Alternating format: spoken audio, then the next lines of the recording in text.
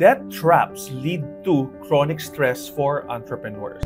Maraming mga negosyanteng Pilipino ang umuutang para ipangbayad yung pera na yon sa isang existing o mas marami pang utang.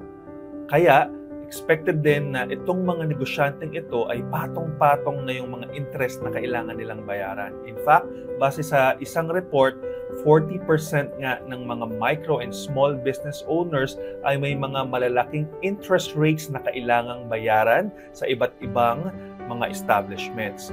Kung ito ang sitwasyon mo bilang isang negosyante, importante na maalala mo na may mga repayment schemes ang bawat financial institutions para matulungan kang makapagbayad.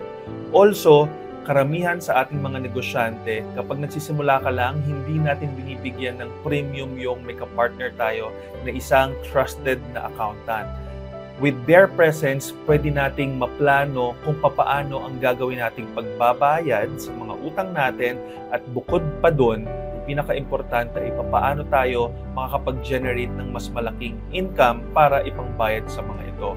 Tandaan, yung financial stress na pinagdadaanan mo is certainly impacting your mental health.